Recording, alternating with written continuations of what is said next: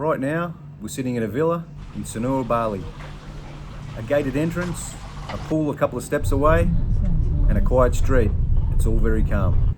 And we didn't book it, and we didn't pay a deposit, and we didn't spend a week or two sitting on booking.com trying to find it. And we don't know the owners personally, and in fact, while we're here, they've gone to Vietnam, living in someone else's home.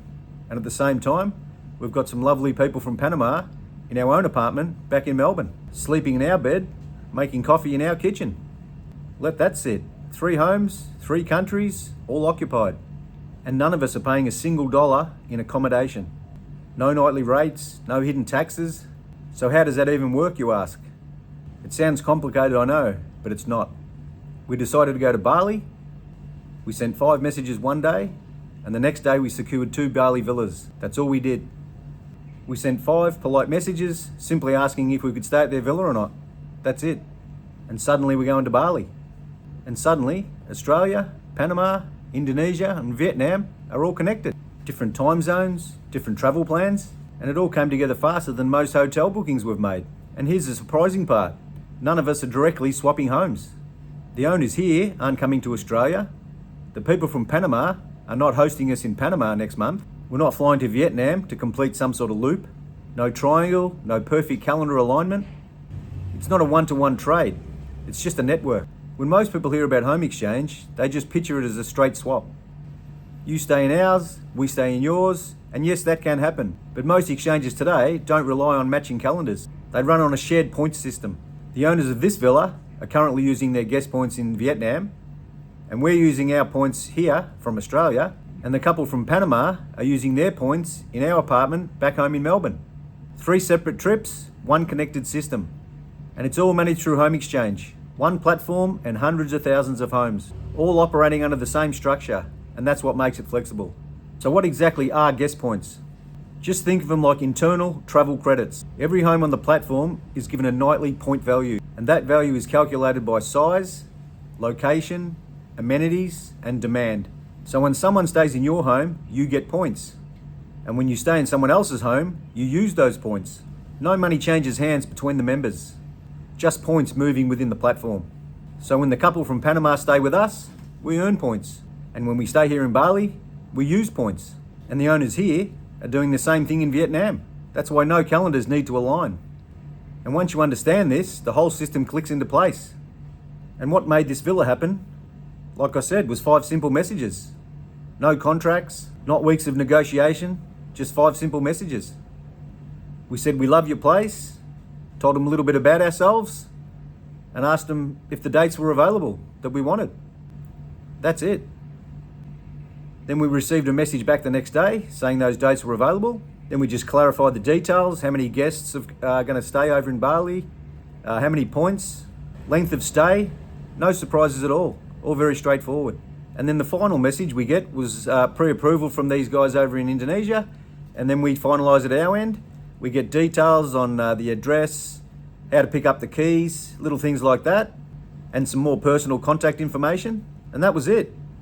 No sales pitch, no awkward haggling, no awkward conversations, just 5 messages, and now we're here. What made it work wasn't luck, it's just communication.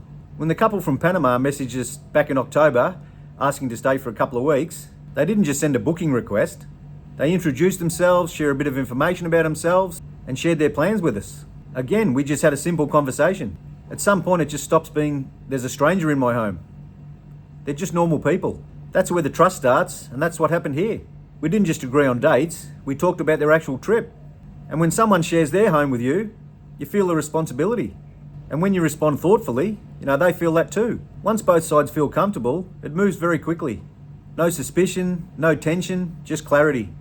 And honestly, I think people in their 50s do this really well. We're direct, we're practical, and we just want this to work out really well. And when it does, you realise how simple this really is. And because we're in our 50s, we approach this differently. We read profiles carefully, then we check their reviews with the past recent hosts. We think long term, we understand the value here. We're not impulsive, we're intentional. And intention builds confidence on both sides. The biggest shift wasn't just saving money, it was removing friction. Before this, the accommodation, that was the mental hurdle for us. You'd find flights, Then you see the hotel prices. Hesitation creeps in. Is it really worth it? Should we shorten the trip? When accommodation stops being the dominant cost, that friction disappears. You don't analyse every night. You don't analyse every cost of every day. You travel more freely. Instead of asking, can we afford that hotel? You ask, do we actually want to spend time there? That's a different question now. You stay longer, you settle in, you unpack properly, you buy groceries, you find your cafe, you start to recognise a couple of faces in the area, you slow down. And in your 50s, slowing down feels good. Travel stops being indulgent. It becomes integrated. And when it feels integrated, you start to do more of it without the rush. Of course, it only works because of trust. Because right now, someone from Panama is in our home and we're in someone else's, and that's personal. You see how someone lives and it changes the way you behave. You're more careful, you're more aware. And because someone's doing the same for you, it's a mutual responsibility you have. And being older helps. We understand what a home represents, the work behind it, and the trust you need just to hand that over. So this isn't just about staying somewhere beautiful. It's about honouring trust. And when both sides approach it that way, it simply works. And the biggest misunderstanding? That it's complicated and chaotic, or that it's risky, or it's just for backpackers. It's not. It's actually structured. We can see their profiles and we can see their reviews. Clear expectations, you align on dates, on standards, on care, and then there's the point system. You don't need perfect timing. You host, you earn, and you use those points when it suits you. That flexibility makes all this possible. It's not chaotic, it's very strategic. And it is definitely not risky. And if you do your homework properly, you're cutting that risk to almost zero. After over 20 exchanges in 2 years, we haven't had the slightest issue. We just keep getting surprised how honest and reliable people really are. Over the next 2 videos, we're going to show you each home. We'll show you the villa in Sanur first. We'll take you around the property and show it in great detail, show you a little bit of the neighbourhood and show you what life's like in this area. And then the second property, completely different style. It's in Seminyak. The area is more vibrant and it's a lot busier. And now, because you understand the mechanics on how this home exchange works, we'll show you the outcome. Not in theory, but in reality. 2 homes, 2 exchanges, and 1 really good system. We only wish we started sooner. Thanks for watching, and video number 2 is right here.